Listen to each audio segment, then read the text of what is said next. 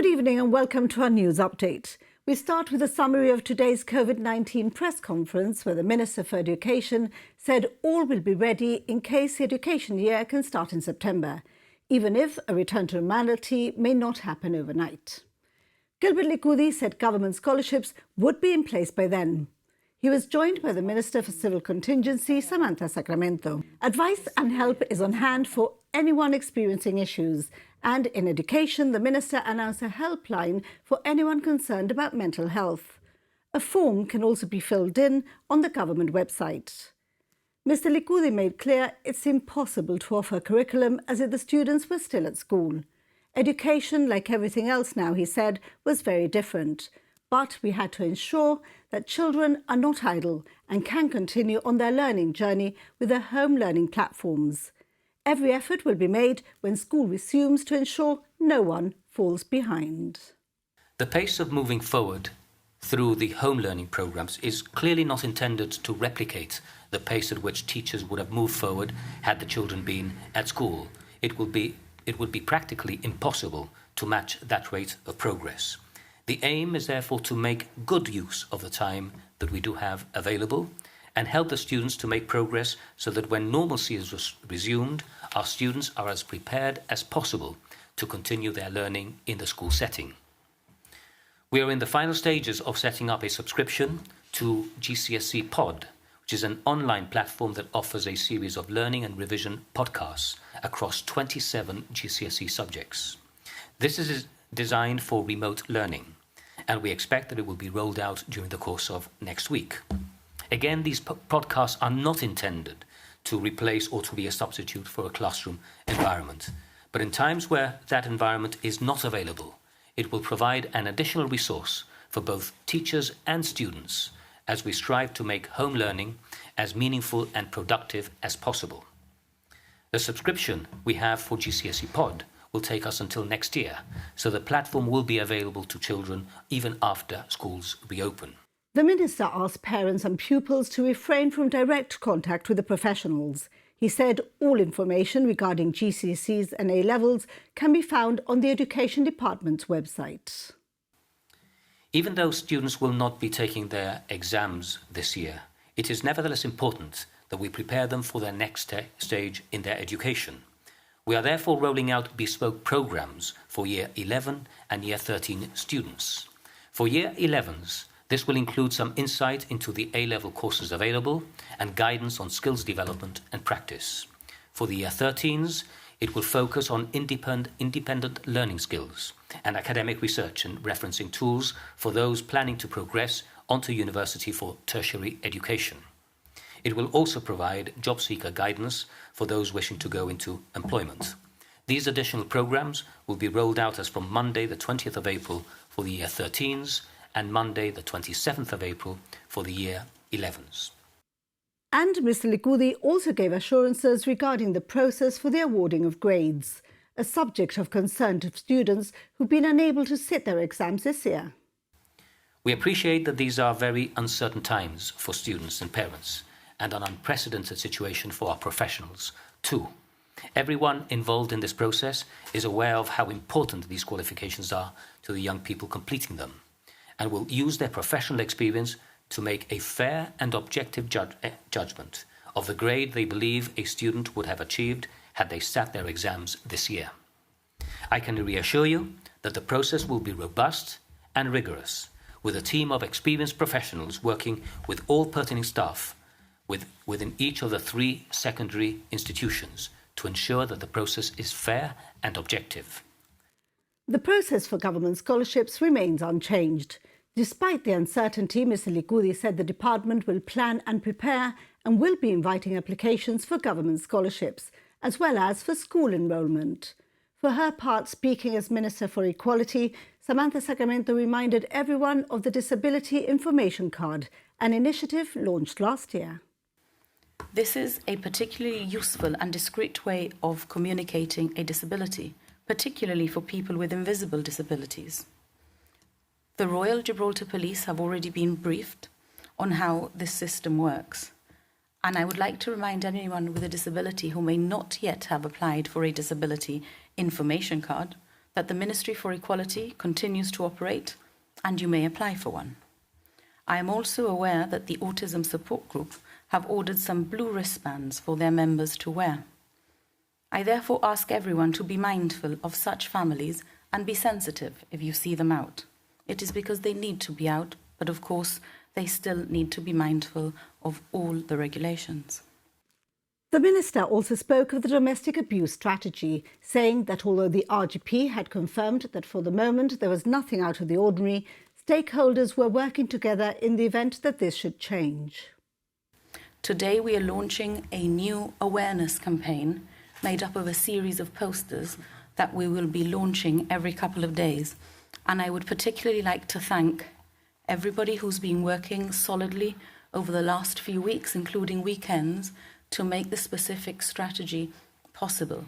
And in addition, everybody who has posed for these posters, and in true tradition by the Ministry of Equality, it's mainly my staff at my office, together with other people who form part of the strategic group. So thank you, everyone. On whether or not the over 70s can leave their homes, a subject that a month into lockdown for them still poses questions, the Minister's reply was that they should remain hermetically sealed in Gibraltar, adding arrangements were in place for their needs to be met by volunteers and home deliveries.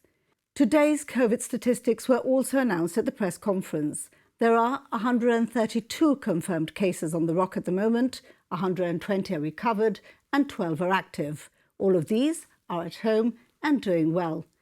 There was, however, quite a large number of attendances to A&E in the past 24 hours, 38, with 6 testing positive for COVID-19. Well, meanwhile, moving away from the press conference, local businesses continue doing what they can to minimise the impact of the ongoing pandemic.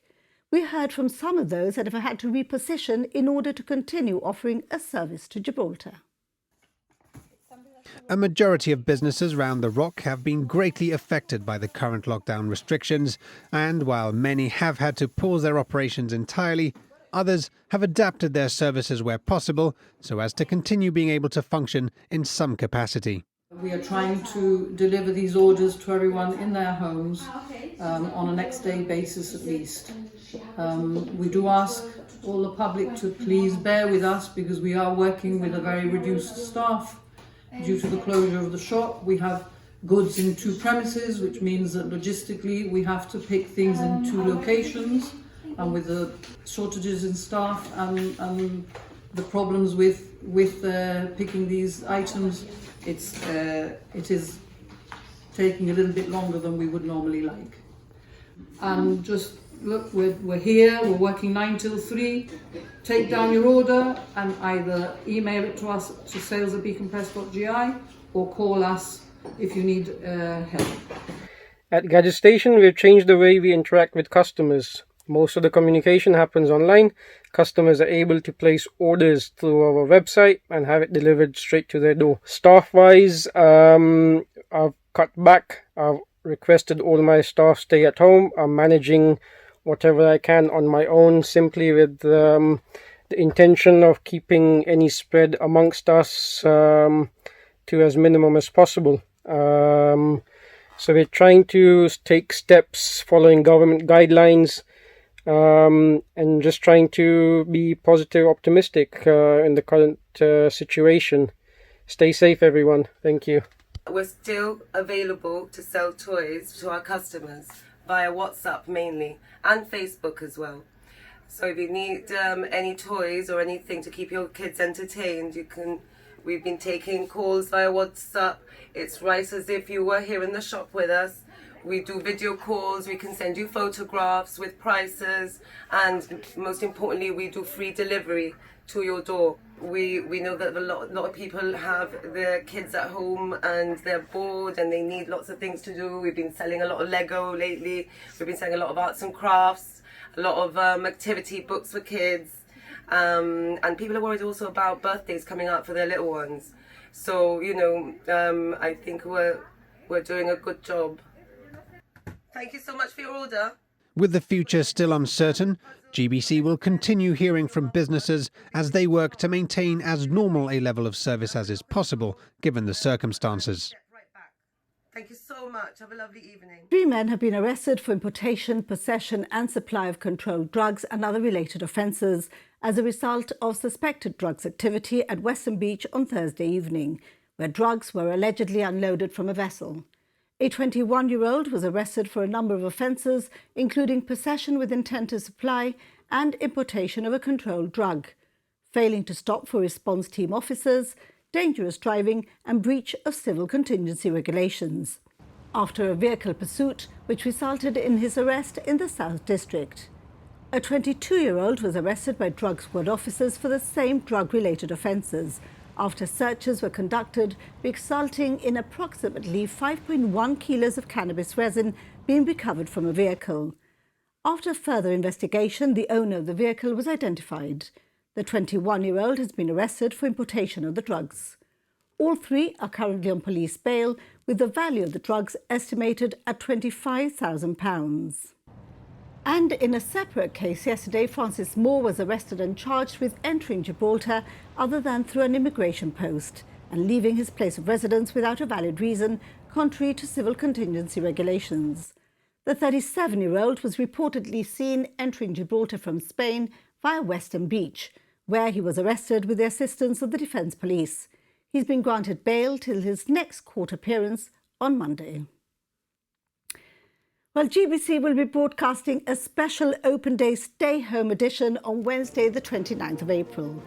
As the ROC's largest community-wide fundraising organisation, and with the Health Authority the focus of attention in recent weeks, Gibraltar unifies again to fight the coronavirus.